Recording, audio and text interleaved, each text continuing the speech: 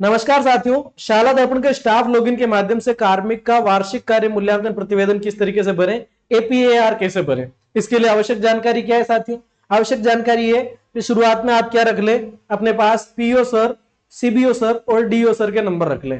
अगर आपके यहाँ पर पिछले एक साल के दौरान एक से अधिक पीओ सर रहे हैं, सीबीओ सर रहे हैं, तो 6 महीने से ज्यादा कौन रहे हैं उनके मोबाइल नंबर अपने पास रखें।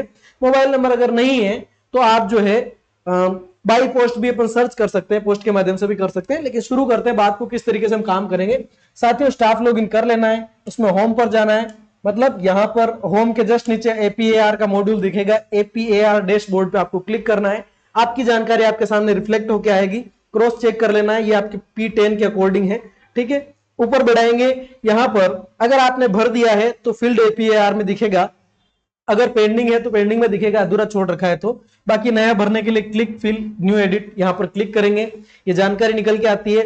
आपको संबंधित सर्च कर लेना है, यहां से सेलेक्ट एंड प्रोसीड जो भी आप पर लागू होता है वो सेलेक्ट कर लेंगे, फिर ऊपर बढ़ जाएंगे। उसके बाद पूछेगा फ्रॉम डेट टू डेट, कहां से कहां तक आप इसको भर रहे हैं, कहां से कहां तक भर रहे हैं आप इसको। तो इसके अंदर आपको डेट डालनी है, अभी 26 आ गया है अपना, तो आप डालेंगे इसके अंदर 1 जुलाई 2025। क्या डालेंगे साथियों, 1 जुलाई 2025।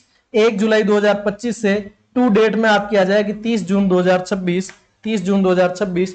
अगर आपने कोई लीव ली है मोर देन 15 डेज तो आपको यहां पर मेंशन करना है, बाकी कोई तकलीफ वाली बात नहीं है, ठीक है। फिर एपीएआर सेलेक्ट करेंगे, प्रविष्टि की जानी है। फॉर्म का टाइप पूछेगा, इसमें आपको जो भी आए सेलेक्ट कर लेना है। पोस्ट आपकी निकल के आ जाएगी, पोस्टिंग प्लेस जहां आप पोस्टेड है, उसके बाद में सेव बटन दबा देंगे। उसके बाद में क्या कर देंगे साथियों, सेव बटन दबा, अदर हो जाएगा तो ये चक्कर पड़ जाएगा ना, तो फिर आप यहां पर सेव बटन दबा देंगे, ठीक है साहब। चलिए, ये हो गया। अब यहां से पूछेगा क्रिएट एपीआर एप्लीकेशन, इस पर आपको क्लिक कर देना है। क्लिक करेंगे, your application is created successfully, इसके बाद में आपको बढ़ जाना है ऊपर। अब यहां पर ऑप्शन आ रहा है आपके सामने चूज ऑफिसर्स, आपको 3 तरह के यहां पर ऑफिसर जो है वो सेलेक्ट करने रहेंगे। यहां पर पहला reporting officer PO and reviewing officer CBO और एक्सेप्टिंग ऑफिसर आपके DO sir. Okay sir, choose officer पे जाएंगे। चूज ऑफिसर पर जाने के जस्ट बाद आपको इसको देखना है, कुछ इस तरह की स्थिति आपके सामने है। आपके जो पिछले एक साल के अंदर, पिछले एक साल के अंदर 6 महीने से ज्यादा जो पीओ सर रहे हैं उनका स्टेटस चेक करना है आपको कि वो वर्किंग है, रिटायर्ड, डेथ और सस्पेंडेड है। तो भगवान न करे आपके जो ऑफिसर हैं वो डेथ या सस्पेंडेड में जाए, वर्किंग और रिटायर्ड तो हो ही सकते हैं। उसके बाद में आपको search reporting officer by staff ID है, एम्प्लॉय आईडी है, मोबाइल नंबर है, बाई पोस्ट है, किसी भी तरीके से आप कर सकते हैं। बाई पोस्ट करेंगे तो आपको ब्लॉग सर्च करना पड़ेगा, उसके बाद में पोस्ट वो सारे 3 अक्षर लिख के टाइप करना। बाकी मोबाइल नंबर वाला सबसे बेटर ऑप्शन रहता है, और मोबाइल नंबर इजीली अवेलेबल हो जाते हैं, है ना। तो यहां पर आप डाल देंगे मोबाइल नंबर, मैं मोबाइल नंबर डाल के सर्च कर लेता हूं, ठीक है सर।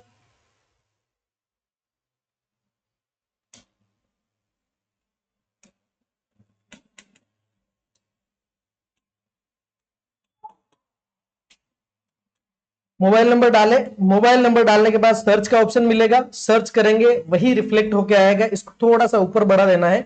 ऊपर बढ़ा देने के बाद में यहां पर सिलेक्ट ऑफिसर्स नाम से एक ऑप्शन आएगा।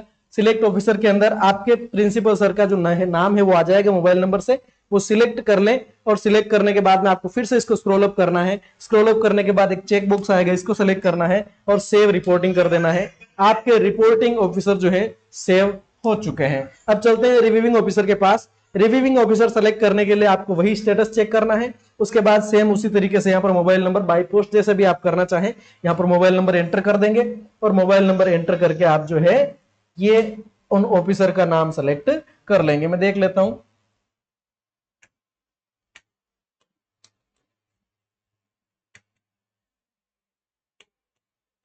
ये मोबाइल नंबर डाले, मोबाइल नंबर डालने के बाद में आपने सर्च बटन दबा दिया।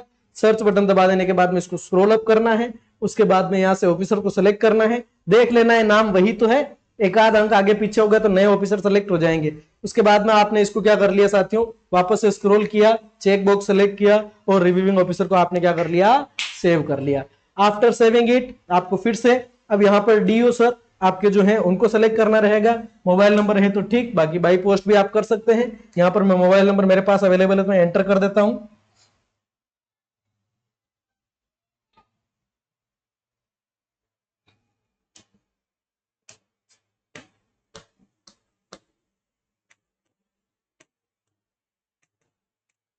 ठीक है, ये सेलेक्ट करने के बाद में आपको सर्च बटन पे क्लिक करना है। सर्च बटन पे क्लिक करेंगे, वापस से ऊपर स्क्रॉल करेंगे। इस बार चेक बॉक्स वाला मामला नहीं है, सीधी सीधी आपकी रिपोर्टिंग सेव हो जाएगी।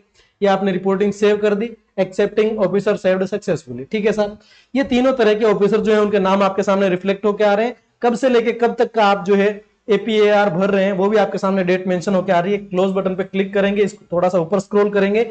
ऊपर स्क्रॉल करने के बाद में आपको फिर से यहाँ पे आपकी भरी हुई जानकारी दिखाई देगी। अब यहाँ पर डिलीट ऑफिसर का ऑप्शन है, delete entire application, lock and forward application. तो लॉक एंड फॉरवर्ड अभी नहीं करना है, गलती हो गई तो पूरा एप्लीकेशन डिलीट करने की आवश्यकता नहीं, ऑफिसर डिलीट कर सकते हैं। आपको लगता है मैं तो ठेठ से ही शुरू करूं तो फिर बीच वाला ऑप्शन चूज कर लीजिए।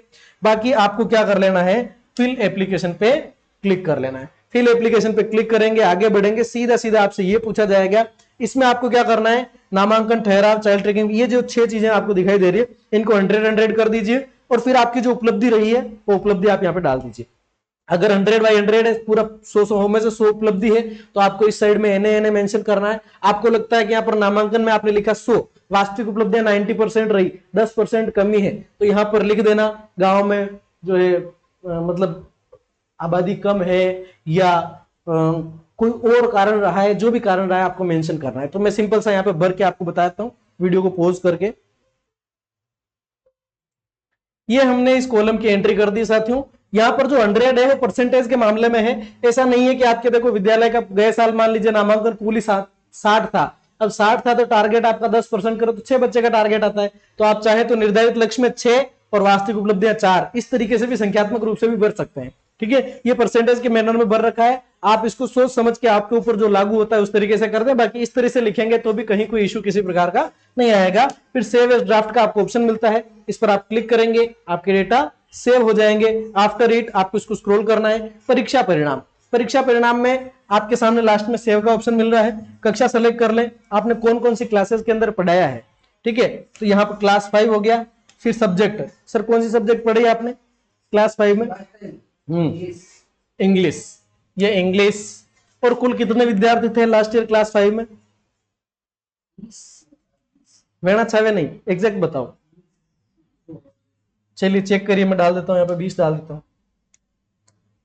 उसके बाद में उनमें उत्तीर्ण तो सारे हो गए, ठीक है। 60% या इससे अधिक लाने वालों की संख्या कितनी है? तो साथियों यहां पर आपको रिजल्ट सिलेक्ट करते जाना है। आप किसी भी पोस्ट पे हो, आपने गत वर्ष जो पढ़ाया है वो करना है। जैसे अभी मैं जो भर रहा हूं वो टीचर लेवल 1 का है, लेकिन इसके अंदर जैसे उत्तीर्ण विद्यार्थी 20 हो गए और 60% से अधिक लाने वाले जो विद्यार्थी हैं वो यहां पर ये मैंने डाल दिया और ये मैंने कर लिया इसको सेव। ठीक है, अब यहां पर ये टीचर, एक सेकेंड, सेव, ये सेव हो गया। अब ये टीचर L1 का है, लेकिन इसने गत वर्ष मान लीजिए क्लास 8 में भी पढ़ाया है या 10 में भी पढ़ाया है, तो वो भी आपको मेंशन करना है। जैसे कि 8 के अंदर इन्होंने एसएस पढ़ाई थी, तो यहाँ पर मैं सोशल साइंस लिख देता हूं और कुल कितने बच्चे थे यहाँ पर आपको उसी तरीके से संख्यात्मक मान डाल देना है और उनमें से उत्तीर्ण कितने हुए ये आपको डालना है कि कितने बच्चे इनके अंदर से जो है उत्तीर्ण हो गए।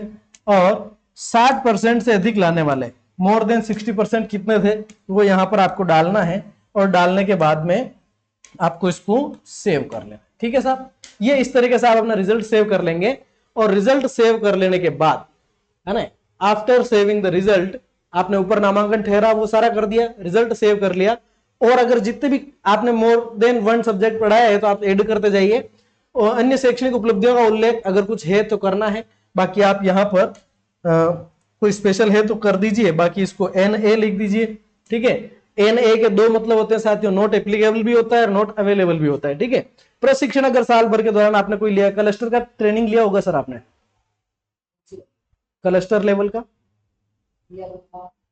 ठीक है, तो वो प्रशिक्षण का प्रकार था। प्रशिक्षण का प्रकार कब से कब तक ली थी, पता लगाना पड़ेगा यार, अवधि कितनी थी, चलो ये बताओ। ठीक, क्लस्टर का 2 दिन का था, 1 दिन का था? 2 दिन। चलो, और प्रशिक्षण में प्राप्त उपलब्धि, ठीक है, तो यहां पर सब्जेक्ट, टीचिंग, जो भी आपको उपलब्धि मिली है, स्किल्स, इस तरीके से लिख के इसको आप क्या कर लेंगे साथियों, सेव कर लेंगे। ये आपने सेव कर लिया और उसके बाद में प्रतिवेदित अधिकारी द्वारा किए गए विशेष कार्यों का विवरण, अगर आपने कोई विशेष कार्य किए हैं, विशेष कार्य अगर कोई किया है तो यहां पर आपको मेंशन कर देना है वो 250 से कम शब्दों में। उसके बाद में इसको कर देना आपको सबमिट। ठीक है, ये आपने सबमिट कर दिया, अभी डेटा सेव हुआ है, फाइनल सबमिट इस फॉर्म का नहीं हुआ है। अब इसके बाद में क्या हो गया,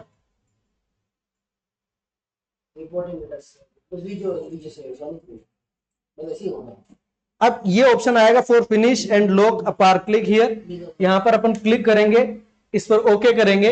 ओके करने के बाद में जो है आगे की जानकारी आएगी। यहां पर आएगा लॉक एंड फॉरवर्ड एप्लीकेशन, इस पर आपको क्लिक करना है। ओके पर क्लिक करेंगे आप। यहां पर अब आपसे पूछेगा मेडिकल स्टेटस, नो कर दिया आपने, सेव मेडिकल स्टेटस पे क्लिक करेंगे।